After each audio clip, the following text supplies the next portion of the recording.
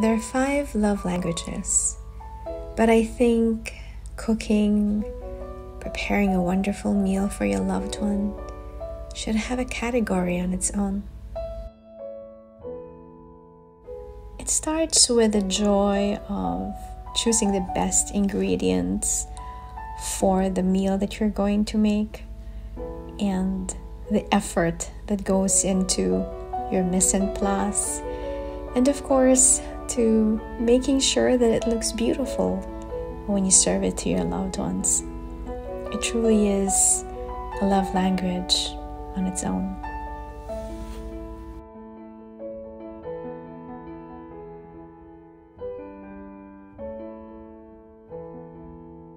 When you combine fresh ingredients and cooking techniques and processes which are meticulous, I think that's when you really see the magic of cooking. That's when simple ingredients transform into something magical, such as pesto.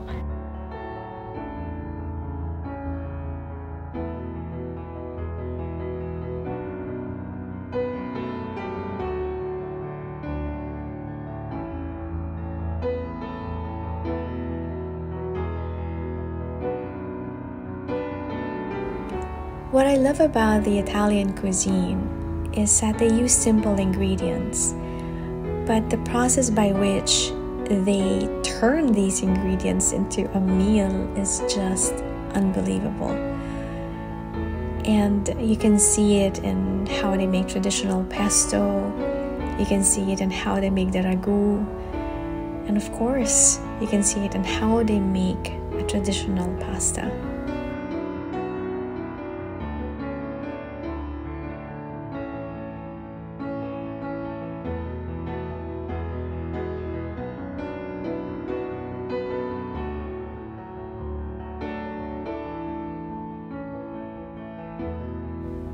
Join me as I show you my favorite love language of all, the love language of cooking.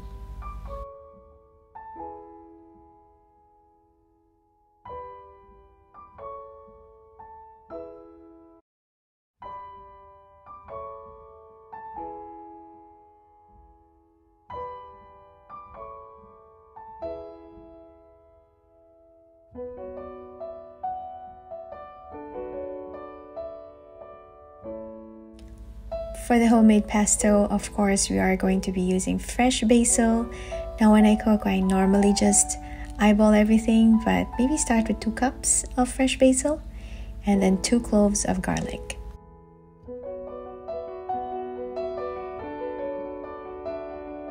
Using your mortar and pestle, you have to turn your clove of garlic with the magic of salt into a paste.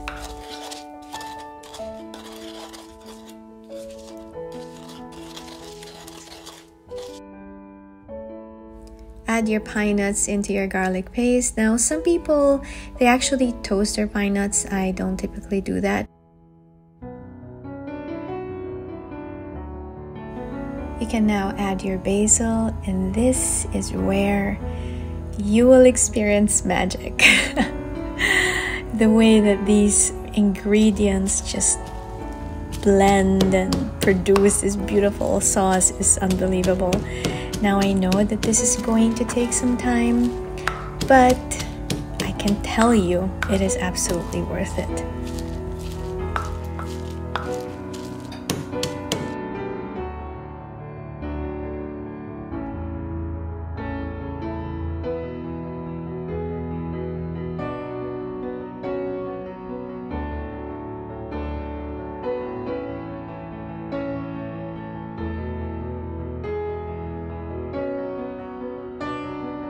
You can gradually add your olive oil, and might I add that if you can just smell through this video, I can guarantee you will say that I'm going to do this because it's absolutely worth it.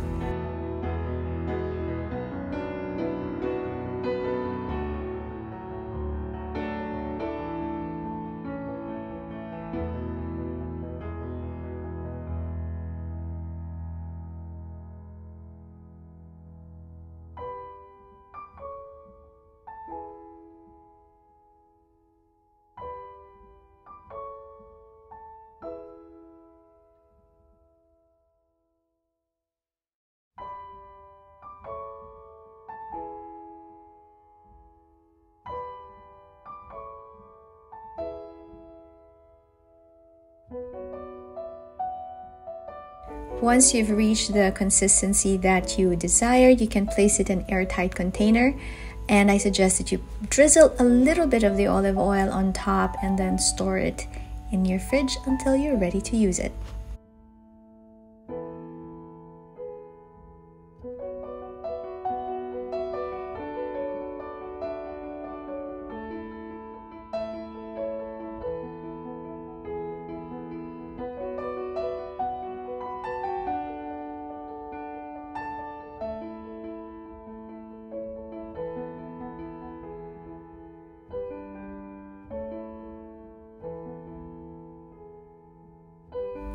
For the gnocchi, we are going to start with the best potatoes ever, and that's Idaho potatoes. There's nothing quite like it.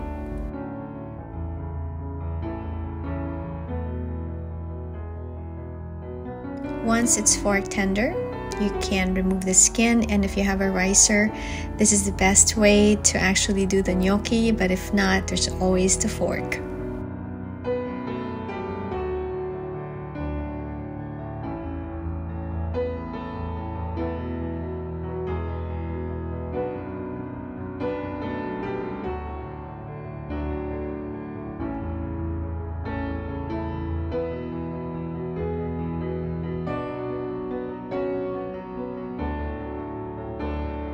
Once you have thoroughly mashed your potatoes, you need to make a well, and in it you have to add 1 egg.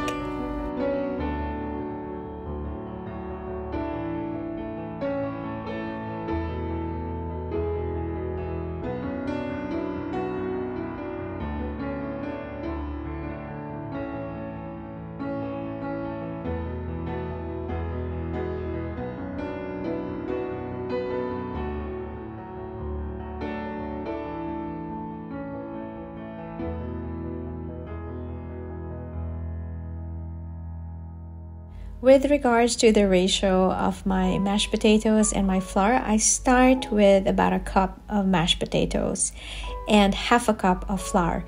Now it really depends on how starchy your potato is. That's why, you just have to add your flour gradually, because if you throw in all of your flour, the tendency is for the gnocchi to be very dense, and that's not how it's supposed to be. It's supposed to be pillowy and soft. The kneading of the gnocchi dough is fun and also a little bit tricky for first-time gnocchi makers, but do not despair. Just make sure that you don't overflour your gnocchi and you're going to be fine. Just don't over-knead.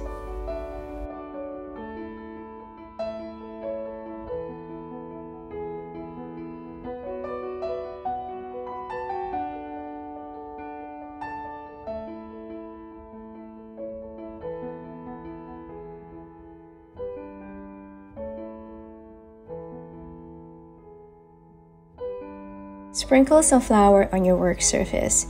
Please ensure that wherever you're working on has been thoroughly cleaned. I am just working on my cutting board that has been cleaned, disinfected by lemon, and thoroughly dried. I divide my gnocchi dough into 4 so that it's easier for me to work on. Now, this rolling of the gnocchi dough takes a little bit of patience, but trust me, if it's your first time, you will learn from it, and then hopefully the next time you make a gnocchi, it will be a lot easier for you. If you do not have a riga gnocchi, you can always just use your fork, or you can just cut your gnocchi into your desired shape.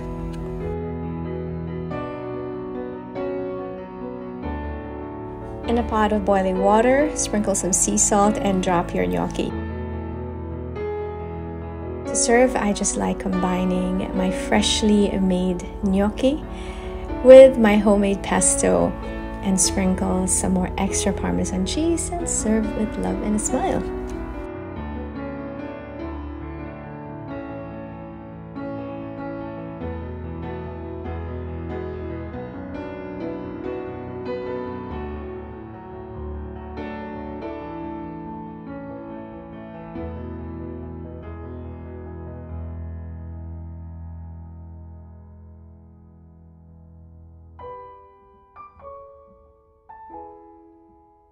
For our dessert, we're going to be making strawberry panna cotta. And to start off, we'll cut up our strawberries, and I've also added some blueberries to this dessert.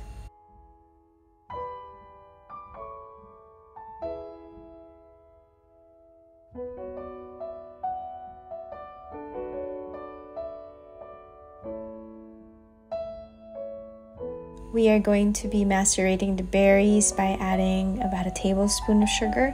It really depends on your sweetness level, so I try to keep the sugar at a minimum, and then you can place this in the fridge.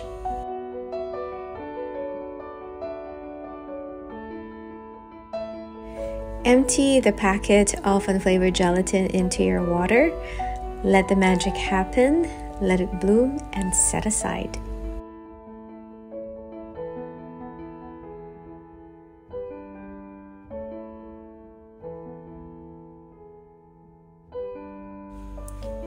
In a medium saucepan, warm up your double cream, ensuring that you stir it occasionally so that it doesn't curdle up.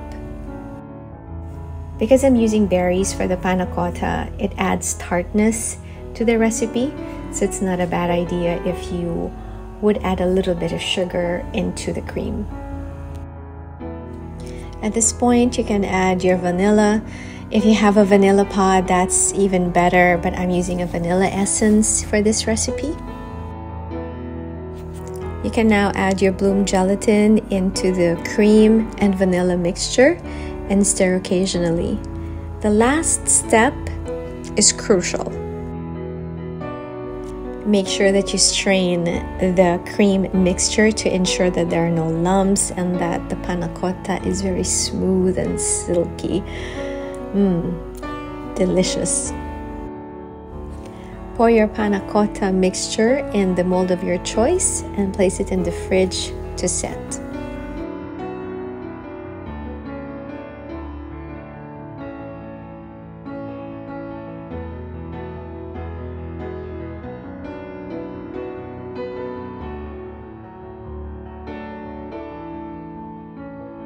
I like to keep things simple, so I am just topping the panna cotta with the macerated berries, and voila, it's finished.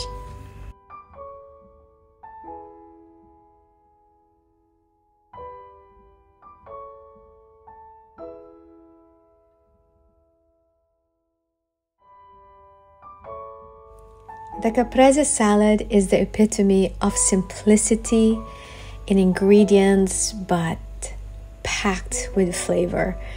You're using fresh tomatoes and fresh mozzarella, and of course you have the basil, olive oil, and just a tinge of salt and a scrunch of pepper.